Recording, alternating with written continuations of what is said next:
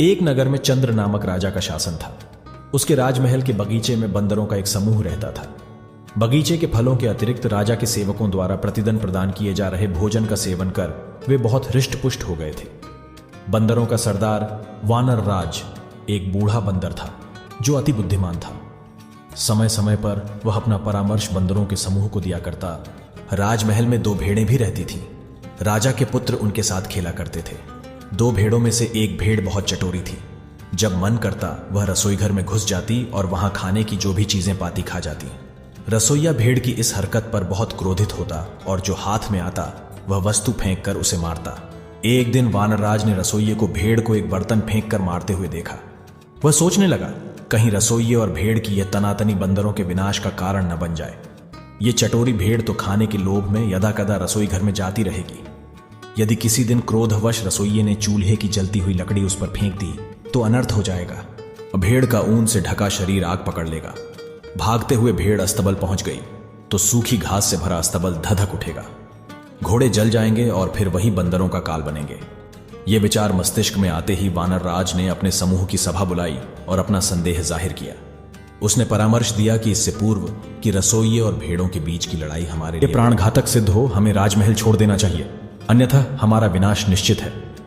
लेकिन बंदरों ने उसकी की बात नहीं मानी। उन्हें लगा कि उनका सरदार अब बूढ़ा हो चुका है और व्यर्थ का भ्रम पाल रहा है। वे राजमहल के भोजन के आदी हो चुके थे, इसलिए राजमहल छोड़ने को तैयार नहीं हुए। लेकिन वानरराज ने तत्काल राजमहल छोड़ दिया। इधर एक दिन फिर चटोरी भेड़ रसोई घर में घुस गई और वही हुआ जिसका बंदरों के सरदार को भय था। रसोइये को और कुछ नहीं मिला तो उसने जलती हुई लकड़ी का टुकड़ा उठाकर भेड़ पर फेंक दिया। भेड़ का शरीर जो ऊन से ढका हुआ था धधकने लगा। वह इधर उधर भागने लगी और अस्तबल में घुस गई। आग की लपट अस्तबल में रखी सूखी घास तक पहुंची और पूरा अस्तबल धूं धूं कर जल उठा। कई घोड़े जलकर मर गए, कई घायल हो गए। राजा को यह समाचार मिला तो उसने वैद्य को बुलाया और उसे घोड़ों का उपचार करने का आदेश दिया। वैद्य ने घोड़ों के घाव का परीक्षण किया और बोला, इनके घावों को शीघ्र ठीक करने का एक ही उपाय है, इन पर बंदरों की चर्बी लगानी पड़ेगी। राजा ने सैनिकों को आदेश दिया कि जो भी बंदर दिखे तो मारकर उसकी चर्बी घोड़ों के उपचार के लिए लाई जाए। और राजमहल के सारे बंदर मार दिए गए। जब वानरराज तक यह बात पहुंची तो वह बहुत दुखी हुआ। उसके मन में प्रतिशोध की ज्वाला धधक उठी, लेकिन वह अकेला था। वह युक्ति सोचने लगा जिससे वह राजा के कुल का भी वैसे ही सर्वनाश कर दे जैसे उसने उसके कुल का किया है। एक दिन वह पानी पीने एक झील के पास गया। उस झील में सुंदर कमल खिले हुए थे। वानरराज ने देखा कि मनुष्यों और जानवरों के पद चिन्ह झील की ओर जाते हुए तो हैं, लेकिन वापस आते हुए नहीं है। वह समझ गया कि झील में अवश्य कोई राक्षस रहता है जो झील में गए मनुष्यों और जानवरों को खा जाता है। उसने चतुराई दिखाते हुए कमल के तने से पानी पी लिया। जब झील में रहने वाले राक्षस ने यह देखा तो झील से बाहर आ गया। उसने कई आभूषण पहने हुए थे। वह वानरराज से बोला, जो भी झील में आता है मैं उसे खा जाता हूं, लेकिन तुम तो चतुर निकले।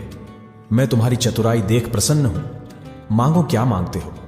वानरराज बोला, एक राजा ने मेरे संपूर्ण वंश का नाश कर दिया है। मैं उससे प्रतिशोध लेना चाहता हूं।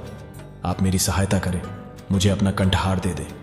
मैं आपको वचन देता हूं कि मैं आपके आहार के लिए राजा और उसके अनुचरों को इस झील में लाऊंगा। राक्षस ने वानरराज को कंठहार दे दिया। वह हार पहनकर बंदरों के सरदार राजा के नगर पहुंचा। वह वहां एक पेड़ से दूसरे पेड़ पर झूलने लगा।